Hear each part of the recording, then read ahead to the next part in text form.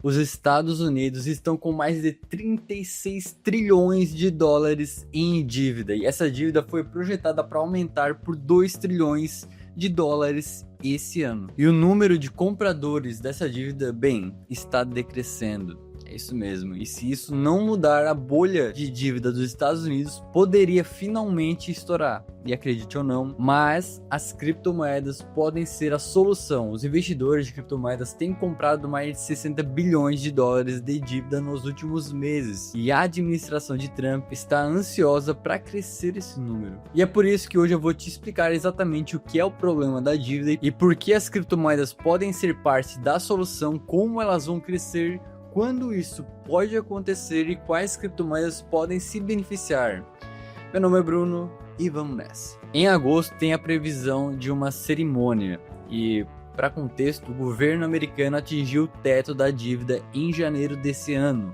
Atingir o teto significa que o governo dos Estados Unidos pode aumentar as dívidas, e os efeitos disso são meio paradoxais.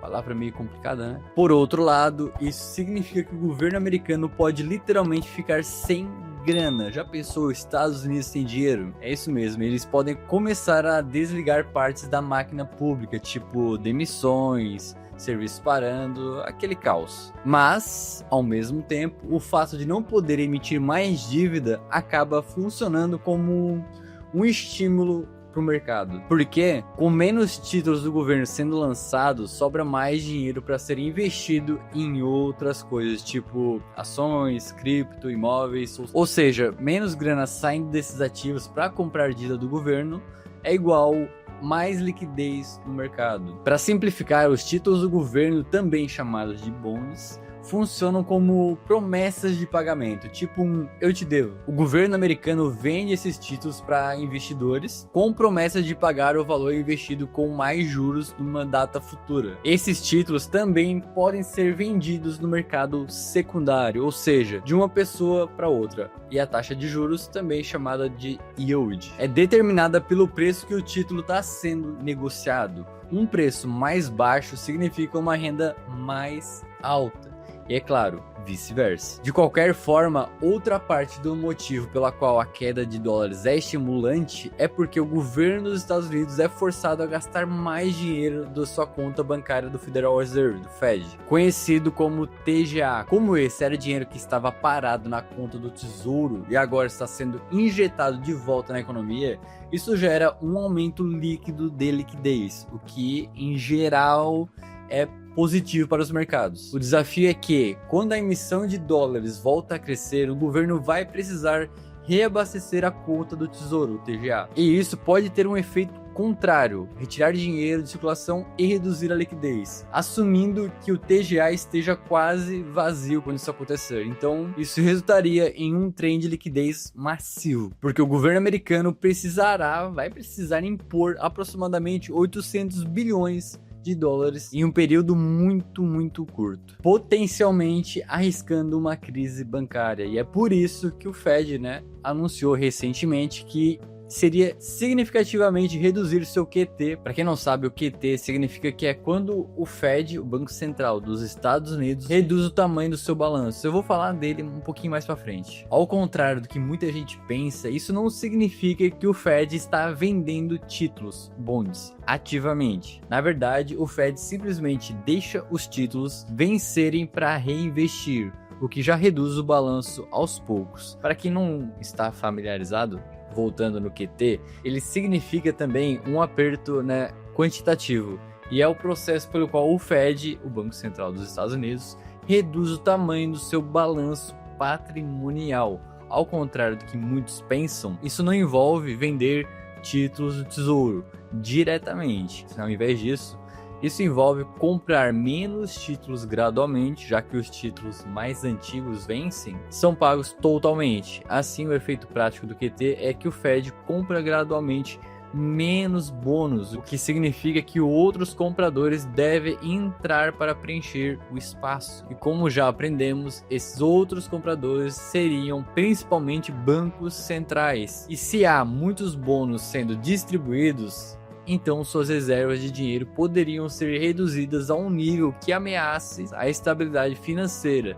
E assim o Fed decidiu reduzir o QT para o próximo de 0. E o efeito prático disso é que o Fed está comprando gradualmente mais títulos dos Estados Unidos do que antes, o que tem um efeito estimulante no mercado, nos mercados, né? E a propósito, pessoal, quem tá gostando desse vídeo, deixe seu like, se inscreva no canal, e quem não gostar, no final do vídeo pode deixar o dislike também, pode comentar, não gostei do vídeo, pô, que vídeo ruim, mas não pode fazer isso antes de terminar o vídeo. Então, recapitulando, o teto da dívida dos Estados Unidos precisa ser elevado em algum momento, e provavelmente vai ser em agosto. Senão, o governo dos Estados Unidos poderia entrar em um default nas suas dívidas. Entre agora e agosto, ele precisa encontrar compradores para os 800 bilhões de dólares em títulos que vai precisar para estabelecer o TGA. Obviamente, isso é algo que o Fed poderia fazer, mas se fizer, destruiria a credibilidade dos títulos dos Estados Unidos como ativos e do dólar americano como uma moeda. Normalmente os bancos comprariam esses títulos, mas eles não têm dinheiro suficiente em mãos para comprar eles, sem arriscar uma crise bancária. E na última vez que o teto da dívida foi elevado em 2023, investidores que tinham dinheiro na Overnight Reserve compraram a maioria dos títulos distribuídos para reabastecer o TGA. E por acaso a Overnight Reserve, ou RRP, é apenas um lugar onde outros investidores de DeFi podem manter dinheiro no Fed. Como alguns de vocês sabem, o RRP tem sido mais ou menos esvaziado, o que significa que ele pode ser a salvação dessa vez também. Se isso não fosse ruim o suficiente, investidores estrangeiros também estão reduzindo suas compras de títulos nos Estados Unidos. Com menos compradores domésticos e estrangeiros, é difícil ver como a administração Trump poderia emitir 800 bilhões de dólares em títulos sem interromper os mercados em agosto. Mas, como eu mencionei na introdução, as stablecoins podem ser a solução. Agora, para quem não sabe o que são stablecoins, são criptomoedas atreladas a moedas fiduciárias, principalmente o dólar americano. O que é interessante sobre stablecoins é que elas são lastreadas por ativos americanos, muito parecido com fundos de mercado monetário. A diferença é que fundos do mercado monetário compartilham parte dos rendimentos com investidores, enquanto as stablecoins não fazem isso de qualquer forma. O ponto-chave é que as stablecoins são lastreadas por ativos americanos, o que significa que quando alguém compra uma stablecoin, o emissor da stablecoin precisa comprar o equivalente em ativos americanos para garantir o lastro do token. E os emissores de stablecoin compraram mais 60 bilhões de dólares em ativos americanos no último ano, principalmente Tether e Circle. E para colocar em perspectiva, a Tether sozinha foi a sétima maior compradora de títulos dos Estados Unidos globalmente em 2024, ficando ao lado do Reino Unido, ficando ao lado de um país. Olha só que loucura. Isso levanta a pergunta de por que as stablecoins estão crescendo tanto. A resposta depende da stablecoin, porque cada um tem seu próprio uso. No caso da USDT, ela é usada principalmente para negociação de criptomoedas, especialmente negociação de altcoins e operações alavancadas. Quanto mais pessoas quiserem especular com altcoins ou negociar criptomoedas com alavancagem, maior a demanda por USDT. E mais títulos a Tether precisa comprar para dar lastro a essas stablecoins. O detalhe é que a USDT não é apenas lastreada por títulos americanos. Há outros ativos também, mas não vamos entrar nisso agora. No caso da USDC, ela é usada principalmente no DeFi, especialmente em compras e vendas. Com isso, esse USDC é investido em altcoins, o que eventualmente leva a mais negociações e listagens em exchange, gerando mais demanda para o USDT. E um fato interessante, a meme coin do Trump foi lançada na Solana, com o USDC como par principal de negociação. Isso significa que todos que queiram comprar a meme coin do Trump tinham que comprar o USDC primeiro, ou seja, diretamente ou por meio de outra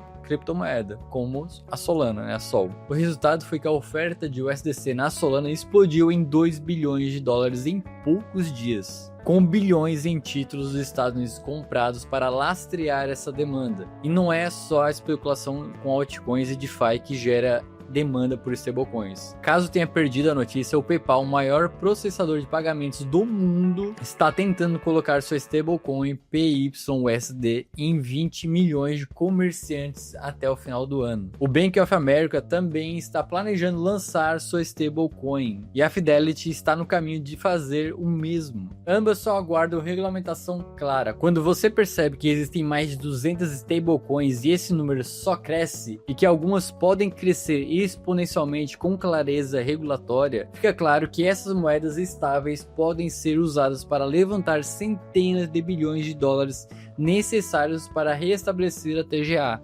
o tesouro, né? Antes que o teto da dívida seja elevado no verão. No verão que eu falo, o verão americano, né? A parte mais maluca é que tudo isso pode, teoricamente, acontecer em tempo real. E isso nos leva a uma pergunta maior. Quanto os Estados Unidos precisam vender em títulos para restabelecer o TGA sem desestabilizar o mercado? Podemos usar o histórico de drawdown e refill do TGA como referência. Só para refrescar sua memória, a última vez que o teto da dívida foi atingido em janeiro de 2023, ele foi elevado no último minuto de junho de 2023. O TGA foi rapidamente reabastecido entre junho e outubro, um período de cerca de 4 a 5 meses. Um detalhe curioso é que em agosto costuma ser um mês crítico para o teto da dívida por causa da alta arrecadação de impostos em anos de mercado aquecido, como foi o caso de 2024. Isso significa que a TGA será parcialmente reabastecida em abril durante a temporada de impostos, como também ocorreu em abril de 2023. A diferença é que naquela época o reabastecimento foi muito pequeno, já que em 2022 foi um ano fraco para o mercado. De qualquer forma, é aqui que o macro começa a ficar realmente interessante. Você se lembra que o RRP foi usado para ajudar a preencher o TGA depois que o teto da dívida foi elevado em 2023? Que esse reabastecimento do TGA ocorreu entre junho e outubro? Durante esse período, o RRP caiu cerca de 1,2 trilhões de dólares. À primeira vista, isso parece demais, já que TGA só precisava de 800 bilhões de dólares. Mas, olhando mais de perto, dando aquela olhadinha, vemos que os 400 bilhões restantes foram usados para comprar os títulos que o Fed deixou de comprar por conta do QT. O balanço do Fed caiu cerca de 400 bilhões entre junho e outubro de 2023. É um jogo de soma zero, e caso você tenha esquecido, o Fed não está mais enxugando seu balanço. Na prática, o QT acabou. Isso quer dizer que agora os 800 bilhões são o total necessário para reabastecer o TGA, o tesouro. Embora esse capital deva vir de várias fontes, parece que os investidores de stablecoins podem ser os grandes compradores. Não dá para saber exatamente o quanto as stablecoins podem crescer, mas é possível fazer uma estimativa. No início do ciclo anterior, o valor total das stablecoins era de cerca de 7 bilhões de dólares. Bastante, né? Mas no fim do ciclo, esse valor havia crescido para 140 bilhões de dólares, ou até 160 bilhões se incluirmos o UST da Terra. Algumas estimativas colocam esse número até em 180 bilhões de dólares. Mas vamos usar 140 bilhões para ser conservador, beleza? Isso representa um crescimento de 20 vezes. Se assumirmos um crescimento mais modesto, como o que vimos com criptomoedas maiores, como o Bitcoin, a oferta total das stablecoins ainda poderia crescer em até 10 vezes. E isso nem parece tão absurdo quando analisamos cada stablecoin individualmente, começando pela USDT. O número de investidores pode triplicar nesse ciclo. Supondo que a maioria desses investidores use o USDT para comprar e vender, a demanda poderia levar a uma oferta triplicada de 100 bilhões de dólares para 300 bilhões de dólares. Agora o USDC, que como você se lembra é usado principalmente no DeFi, o valor total bloqueado no DeFi cresceu 10 vezes no ciclo anterior e a oferta do USDC cresceu 20 vezes, com o próprio presidente dos Estados Unidos lançando um protocolo DeFi, e é provável que o TVL aumente consideravelmente nesse ciclo, talvez não 10 vezes, mas algo entre 2, 3, 5, mais ou menos isso. E é isso, meus amigos, se esse vídeo te ajudou, deixe seu like, se inscreva no canal e ative o sininho. E se não gostou do vídeo, deixe seu dislike, pode me xingar nos comentários, não tem problema. Só não pode passar por esse vídeo sem tomar atitude. Tome atitude, e é isso, até mais.